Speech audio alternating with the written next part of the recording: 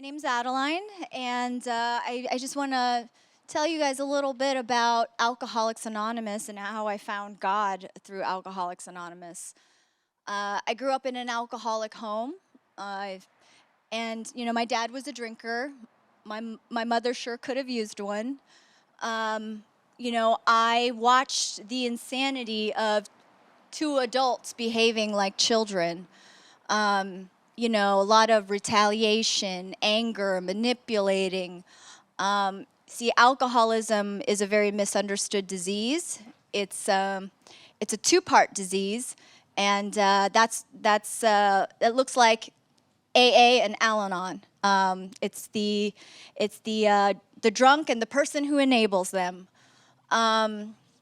I always thought, if mom wasn't such a scornful, resentful, wench, maybe he would come home and he wouldn't drink at her all the time. And, he was the sun and we were the planets that revolved around him. I was a child of neglect, so I was left alone a lot and, left to parent myself, essentially. And I took that self-parenting all the way into adulthood. Unfortunately, at the age of 5, I lost my baby brother, and he died at my hands. It was a really tragic accident where some adults fell asleep at the wheel, and I was in a position to, make a mistake that I was not equipped to process. And so I just spent my life earning my oxygen, singing for my supper, and just being needless, wantless, taking care of everybody because there were no adults around and there were no sponsors. That's the person who helped me learn how to reparent myself with the help of a loving higher power. And so, as a child, and I'm, the lights haven't come on yet. I'm just barely learning my ABCs and 1, 2, 3s. And the first feeling I feel is fear and anxiety and confusion because I'm either a good little girl or a bad little girl. And yet I'm taking all of life's lumps and really not understanding why, because I was a very high ROI child. But I didn't get into Harvard. I think a part of me was just always waiting for Daddy to come home because he didn't come home. And she said, if I'm a good girl, Daddy will come home. And so my entire life, I didn't think I was an alcoholic. I thought the last person I wanted to be was like my parents. Spoiler alert, I became both of them. And so, I behaved in a way that was very selfish, I'm realizing now, and I don't shame myself for it anymore because being a feral spiritual orphan, parenting herself, being lower powered on self-will alone and being needy, greedy, seedy, and it put me in intolerable conflict with everyone because I had no coping skills, no communication skills. My parents took care of me physically. They made sure I was alive until I turned 18 and got to make my own choices. They made sure I went to school and learned all the things, but emotionally they did not prepare me. In the wild, parents, birds prepare their babies to fly the nest, and my parents emotionally kind of just shoved me out of the nest and said, "Figure it out." And so. A lot of childish behaviors, retaliating when I'm upset, doubling the suffering and carrying out vigilante justice, compulsively proving my worthiness as if I could assign a dollar value to myself. So I started to view myself in a very utilitarian way, and, it's codependency, people-pleasing, and it led to a place where I didn't feel like I was worth, the oxygen anymore. And, the reason why I didn't think I was alcoholic was because I can have just one drink, it's fine. But it turns out I'm a comfort junkie and I can find comfort, in a man's arms. I can find comfort in being really busy or controlling people, manipulating them. And, it wasn't until I arrived at Alcoholics Anonymous when I it was fresh off of a suicide attempt where I decided to play God and opted for a very permanent solution for a temporary feeling. Because I didn't feel like I was enough in some way. And I was drinking away that feeling of not enoughness. I would go on a date with a man and didn't like him. He misrepresented himself, was, just not likable. But he drove all the way to this side of town, and this restaurant looks really expensive. Turns out alcoholism is a progressive disease. Anything that I use alcoholically, I will use it to the point where I can't control the compulsion to continue using it once I've already failed to control my impulse to use it in the first place. So, but I thought I was just powerless to alcohol as a coping mechanism. And so when I arrived at Alcoholics Anonymous, I was angry, really angry. Didn't realize the extent of my rage because it was coming out in other ways. My son definitely pays the price for that. And, I don't know what lasting effect I will have on him, but I will tell you that, the only reason why he exists is because of my addiction. And whatever path led me here gave me him. And so I don't question my path anymore. I just do the best that I can with what I have, wherever I am, and with whatever tools I have. And Alcoholics Anonymous gave me the tools to process life when life gets lifey, because it does get lifey, And they helped me excavate my memories, and so that I can realize that my memories are not a very reliable narrator of the past, and that my perspective is not always grounded in truth or fairness. That was one of the ideas that I had to let go of, absolutely, was this idea that life was fair, because it's not. And I was really moved listening to that second song that you sang, Another in the Fire, because in AA we talk a lot about the spiritual economy. And very much like the economy in the three-dimensional world, resources are finite. Except in the spiritual economy, the way that I saw it, there were just harmers and people who were harmed. My design for living was survival. That's why I was so defiant and evasive and, people-pleasing and self-pitying. That's fight, flight, freeze, and fawn. I didn't have enough God to balance myself out. I had an overdeveloped sense of self.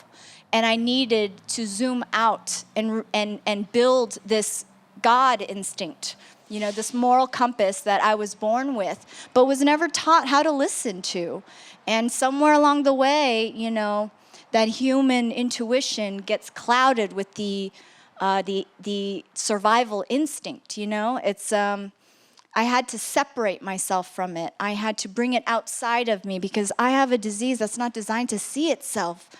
Because it's my very sense of self, my ego, my infantile ego.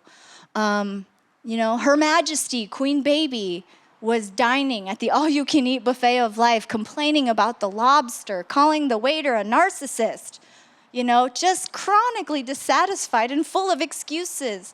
I had never learned how to adult, how to do difficult things that I didn't want to do. I was afraid of commitment because I don't know how I'm going to feel then, Ask me again next Sunday and we'll see how I feel. I'm taught to show up and suit up. I learn what it's like to disappoint people and be awake enough to feel those feelings, because every single time I numb out, every single time I redirect that pain and just try not to feel it. The best way to get over, man, is to get under a new one. That was my way of thinking, honestly. Except I was using people. I was using people to act out my own aggression against myself, and I was directing this delusional play where I'm a pretty princess who has suffered a lot, so she deserves this. She deserves to take more than is her fair share. I had no faith I had no trust and no ability to be my own beloved. You know, I was reliant upon people, places, and things, all things that are going to fail me, inevitably. The only thing that is not going to fail me is God and my higher power.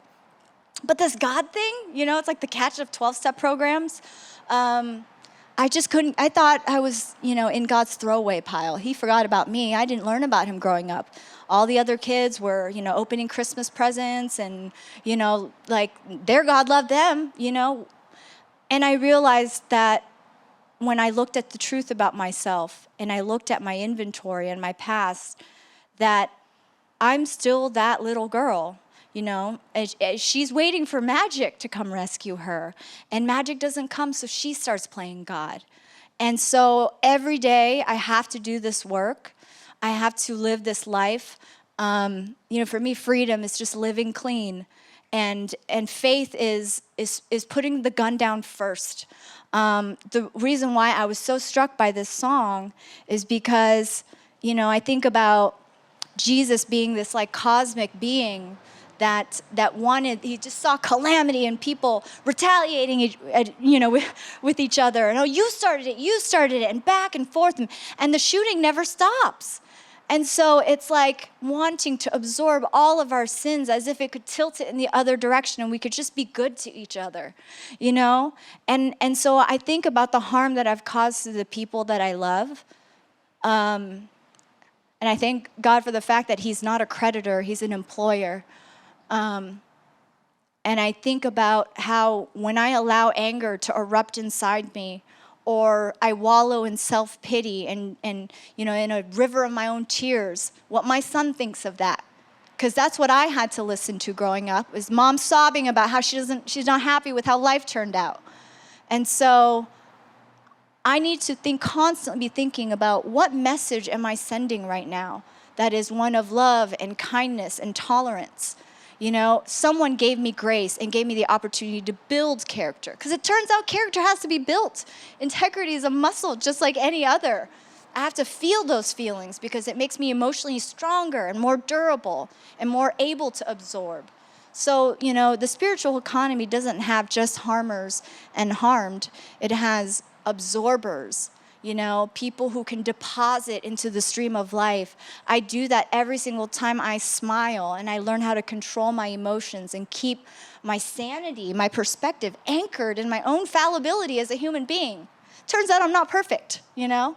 I'm very lovable, but I'm not always lovely. So, you know, I do this work, which requires meditation in the morning to elevate my thinking and ground my roots in today, because yesterday already happened, and tomorrow sounds like tomorrow's business.